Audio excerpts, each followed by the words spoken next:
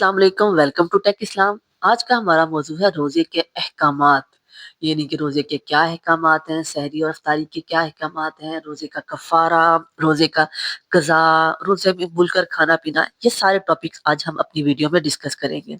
सबसे पहले तो हम रोज़े की बातें हैं कि रोज़ा क्यों फ़र्ज़ किया गया है। रसूल अल्लाह अलैहि वसल्लम ने फरमाया हर चीज़ की ज़कात है और बदन की ज़कात रोज़ा है। अल्लाह ताला ने हमें ये सेहत और तंदुरुस्ती दी है, इतना जिस्म खूबसूरत दिया है, हर अज़ा दी है, तो हमारा हक बनता है उसके शुक्राने के तौर पर हम रोज़ा रखें। जिस तरह कहा गया कि ये बदन की ज़ुकात एक रोज़ा है। साइंसदान कहते हैं कि अगर आप रोज़ा रखेंगे तो आपका क्या होगा कि आपका मैदे को सुकून मिलेगा, क्योंकि मैदे के लिए सबसे बड़ा ट्रीटमेंट यही है कि अगर आप मैदे को खाली रखें। तो रमज़ान में, रोज़े में ये चीज़ आपको मिलती है कि आप अपने मैदे को खाली रखने का मौका मिलता है। इसलिए कोशिश किया करें कि रमज़ान में रोज़े ज़रूर रखा करें। ये आपके बदन की ज़कात है, ये अल्लाह का हक है। अल्लाह ताला ने हमें ये बदन दिया है, तो हम उसका हक अदा करें, रोज़ा रख के। रोज़े की शक्ल में हम उसका शुक्रगुज़ारी करें। अब हम दूसरी आते हैं, जिसमें कहा गया है कि रोज़ा ढाल है, जिसके ज़रिए बंदा अपने आप को जहन्नम की आग से बचाता है। यानी कि रोज़ा ऐसा है जो इंसान को जहन्नम की आग से बचाता है। फिर दूसरी हदीस में कहा गया है, जिसने रोज़ा रखकर भी बदज़बानी और झूठ ना छोड़ा, तो अल्लाह को उसका खाना-पीना छोड़ देने की कोई ज़रूरत नहीं। यहाँ बहुत अहम तलब बात है। हम सोचते हैं कि सिर्फ़ हमने रोज़ा रख लिया है। अब कहते हैं जब भी आप रोज़ा रखें, कोई आपसे लड़ने की कोशिश करे तो उसे कहा करो मेरा रोज़ा है। ये कहकर साइड पे हो जाया करें। कोशिश किया करें, अवॉइड करें, आपकी ज़ुबान से कोई गलत बात, कोई बुराई बात ना निकले, ताकि आपका ये कोई कोई भी आपसे झगड़ा करे, कोई गलत बात, यही कह के साइड पे हो गए कि मेरा रोज़ा है, मैंने ये काम नहीं करना। इससे क्या होगा कि अल्लाह ताला की ज़ात खुश होगी, क्योंकि रोज़े में सिर्फ़ खाना-पीना ही नहीं छोड़ना, अपने आप को हर बुराई से बचाना है। एक बार एक औरत दौरे रसालत में आपके पास आई दौड़ते, कहती या रसूलल्लाह रोज़े की हिद्दत बहुत महसूस हो रही है, शिद्दत बहुत महसूस हो रही है। क्या करें? आपने पानी का एक बॉल मंगवाया और उनसे कहा इसके अंदर क्या करो? जब उन्होंने क्या की तो उनके अंदर से गोश्त का एक लोथड़ा निकल कर पानी के अंदर गिर गया। जब वो निकला तो आपने फरमाया अब कैसा महसूस कर रही? उन्होंने कहा अब काफ़ी बेहतर महसूस कर रहे हैं। तो आपने फरमाया तुमने रोज़े की हालत में किसी की गीबत की थी और गीबत करना मुर्दा भाई का गोश्त खाने के बराबर है। इसलिए तुम्हें रोज़े की शिद्दत महसूस हो रही थी। इसलिए कोशिश किया करें, इसलिए कोशिश करनी चाहिए कि जहाँ तक हो सके रोज़े की हालत में या आम दिनों में भी गीबत से इज्तनाब किया जाए। यानी कि रोज़े की हालत में हर किस्म की बुराई से बचने की कोशिश की जाए। अब हम आते हैं सहरी के हुक्म की तरफ। सहरी के अहकामात क्या है हमारे दीन में? सल्लल्लाहु अलैहि वसल्लम ने फरमाया सहरी खाया करो क्योंकि सहरी में बरकत है। फिर एक और हदीस में फरमाया हमारे और अहले किताब के रोज़ों के दरमियान फ़र्क सहरी खाना है। अब बात लोग क्या करते हैं, अफ्तारी की है, उसके बाद खाना खाते हुए रहते हैं, रात 12-1 बजे तक खाते रहते हैं।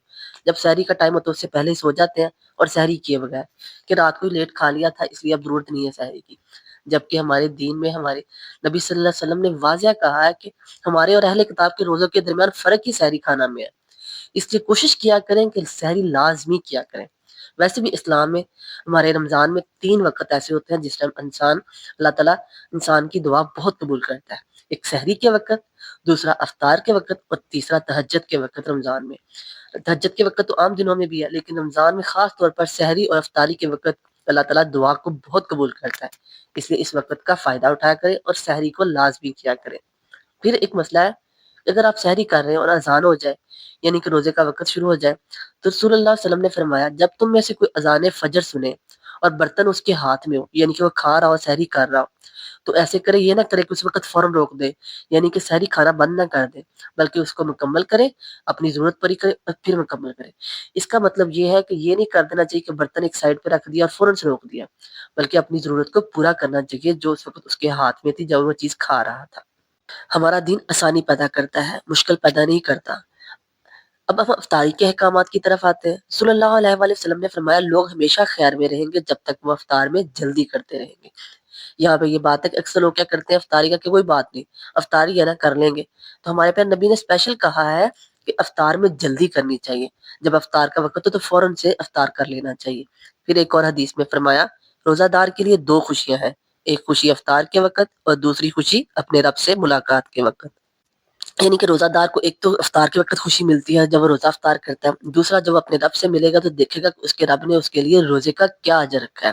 ان کے اللہ تعالیٰ نے فرمایا ہے نا کہ روزہ میرے لیے ہے اور میں ہی اس کا اجر دوں گا، اس لیے اللہ تعالیٰ کی ذات جتنا ہمارے روزے میں پیورٹی ہوگی، جتنا ہم اس کو خالصتاً اللہ کے لیے رکھیں گے، اتنا ہی ہمیں اس کا اللہ تعالیٰ اجر دے گا، اس کی کوئی لمٹ نہیں ہے۔ پھر اب ہے روزہ دار کو روزہ افطار کروانے کا ثواب۔ رسول اللہ علیہ وآلہ وسلم نے فرمایا جو شخص کسی روزہ دار کو روزہ افطار کرائے گا اسے روزہ دار کے برابر ثواب ملے گا، بغیر اس کے کہ روزہ دار کے اجر میں کوئی کمی ہو۔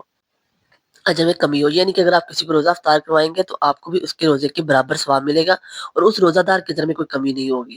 پھر دوسری حدیث میں ہے افطار کروانے کے لیے کھجور یا پانی کا گھونٹ بھی کافی ہے۔ اب کچھ لوگ کہتے ہیں کہ ہمارے پاس اگر پیسہ ہوتا یا ہم بھی مالدار ہوتے تو ہم بھی افطاری کرواتے۔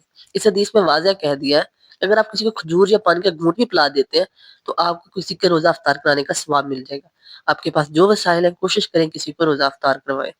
اب ہم آتے ہیں اہم ٹاپک کی طرف کہ روزے کا کفارہ، یعنی روزے کا کفارہ یعنی کہ بغیر کسی وجہ کے، بغیر کسی شرعی عذر کے جان بوجھ کر رمضان کے روزے کو توڑ دینا، جیسے کوئی چیز کھا پی لینا بغیر کسی وجہ کے، تو اس سے روزہ ٹوٹ جاتا ہے، اس کا روزے کا کفارہ دینا پڑتا ہے۔ اب کفارہ کی شرعی صورتیں تین ہیں، ایک غلام آزاد کرنا، لیکن اب غلامی کا رواج ختم ہو چکا ہے تو یہ اس کا یا پھر الٹرنیٹ ہوگا یا پھر مسلسل 60 روزے رکھنے ہوں گے بغیر ناغہ کے، کنٹینیوس۔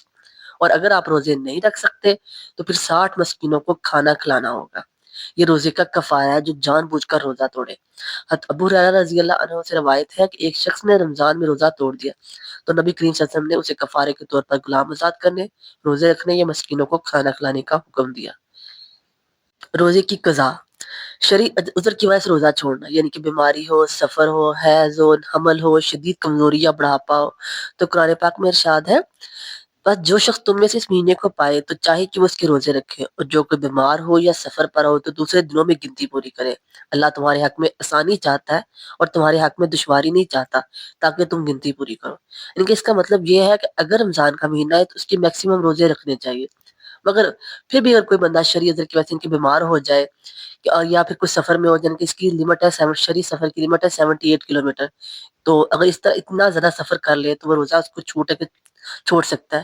اسی طرح کوئی مدر ہے اپنے بچے کو دودھ پلاتی ہے تو اس کی وجہ سے بچے کو کوئی نقصان ہونے کا خدشہ ہو، یا بندہ بہت زیادہ بڑھاپے میں ہو، کمزوری ہو، تو اسلام میں اس کو اجازت ہے کہ روزہ چھوڑ سکتا ہے، لیکن اس کو کہ جب وہ بہتر ہو جائے، جب اس کنڈیشن سے گزر جائے تو دوبارہ اس کی قضائی دے۔